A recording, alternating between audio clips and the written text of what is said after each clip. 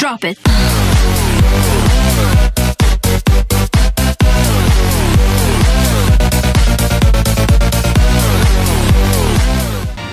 Hai, welcome back to Sarjana Otaku. Kali ini kita akan membahas anime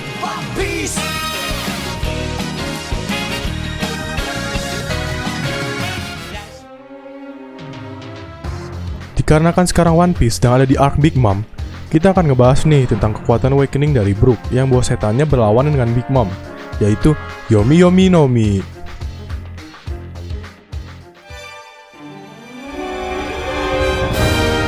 Yomi Yomi Nomi, teori awakening buah setan Brook.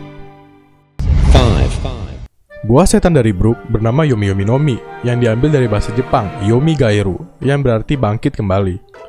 Dari namanya saja kita sudah tahu pasti kekuatan Brook adalah membangkitkan kembali jiwanya dari alam baka ke tubuhnya yang sudah jadi tulang belulang. Dan walau tubuhnya sudah tinggal tulang belulang, tapi tubuh itu dapat bergerak walau tidak ada organ ataupun otot di dalamnya. Itu karena jiwa Brook yang berada di dalam tubuhnya. Jadi tidak peduli tubuhnya mau menjadi apapun asal itu masih berbentuk. Dengan kata lain, walau tubuh Brook sudah dikatakan meninggal, tetapi masih ada jiwanya di dalam tubuhnya, maka dia masih bisa tetap hidup di dunia. Karena itu, orang-orang menyebut Brook mempunyai kekuatan abadi.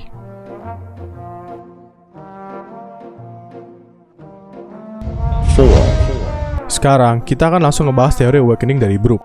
Dari informasi yang ada, kebanyakan teori tentang awakening Brook mengarah ke kekuatannya yang bisa menghidupkan orang kembali dari kematian dan mengendalikannya. Menurut kita, teori itu keliru. Mengapa? Karena Yomi Yomi Nomi berlawanan dengan buah setan milik Big Mom, yaitu Soru Soru Nomi. Oh iya, sebelumnya kita sepakatin dulu ya kata-kata dari Akainu, yaitu setiap pemakan buah iblis mempunyai musuh alami.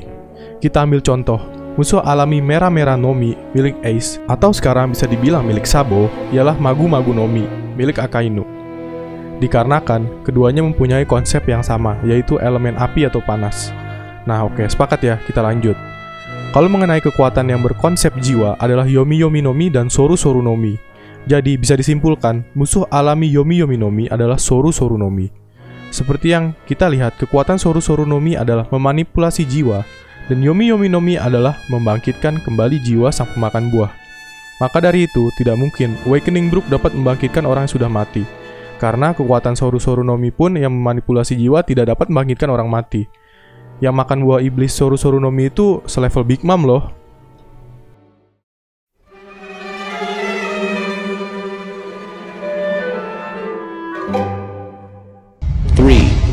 Apakah kalian ingat, Doflamingo pernah berkata kepada Luffy bahwa awakening pengguna Paramecia adalah mengendalikan daerah sekitar?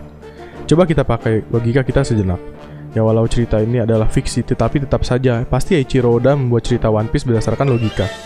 Oke, kalau kekuatan Doflamingo adalah mengeluarkan benang dari tubuhnya, dan tubuhnya bukanlah benang, maka masuk akal kalau awakening dari Doflamingo adalah merubah dan memanipulasi daerah sekitar menjadi benang. Coba kita teliti kekuatan Luffy. Tubuh Luffy merupakan karet, dan Luffy tidak bisa mengeluarkan karet. Jadi, kalau awakening Luffy merubah daerah sekitar menjadi karet, sangat tidak mungkin. Karena Luffy tidak mengeluarkan karet. Berbeda seperti Doflamingo yang mengeluarkan benang dari tubuhnya. Balik lagi ke pembahasan Brook. Kekuatan Brook bertipe Paramecia, dan orang-orang yang buat teori kebanyakan terpaku oleh kata-kata Doflamingo yang dapat mengendalikan daerah sekitarnya. Coba kita pakai logika lagi. Kebanyakan orang-orang membuat teori bahwa Brook dapat mengendalikan daerah sekitar dengan jiwanya yang dapat menghidupkan orang mati. Mungkin teori tersebut terbantahkan karena adanya Soru Soru Nomi.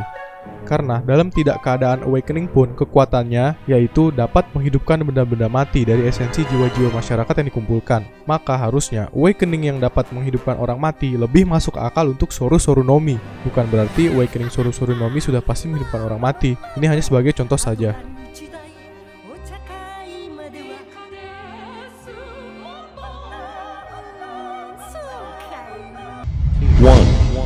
Jadi, setelah melihat kekuatan dari Brook, menurut kita, awakeningnya jauh lebih mengerikan daripada menghidupkan orang mati dan mengendalikannya.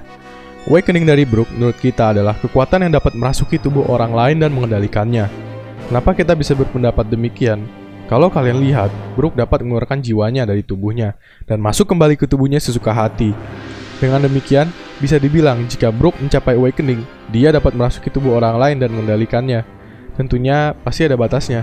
Tapi kenapa kita bilang kekuatan ini jauh lebih mengerikan daripada menghidupkan dan mengendalikan orang mati? Coba sekarang kita bayangkan kekuatan Awakening Brook berada di paling puncaknya. Kemungkinan dengan kekuatan yang besar, jiwa Brook dapat merasuki salah satu Gorosei. Walau kita asumsikan untuk sementara waktu, karena kita belum mengetahui kekuatan Gorosei. Dengan merasuki salah satu Gorosei, Brook dapat mencari tahu informasi tentang abad kekosongan atau kemunafikan world government. Wah, kekuatan seperti itu pasti akan dicari-cari oleh world government karena akan mengancam keberadaannya.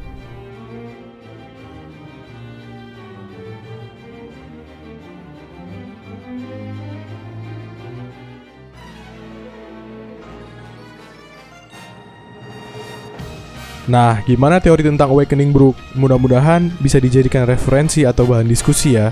Tulisannya ada di sini, diambil melalui berbagai informasi yang ada. Benar atau tidaknya, kalian ya yang tentukan. Dan jangan lupa, bagi yang baru gabung untuk klik like, subscribe, dan boleh ditambahkan komennya, agar channel kami dapat berkembang lebih baik lagi. Sekian dari saya Notaku, bye-bye.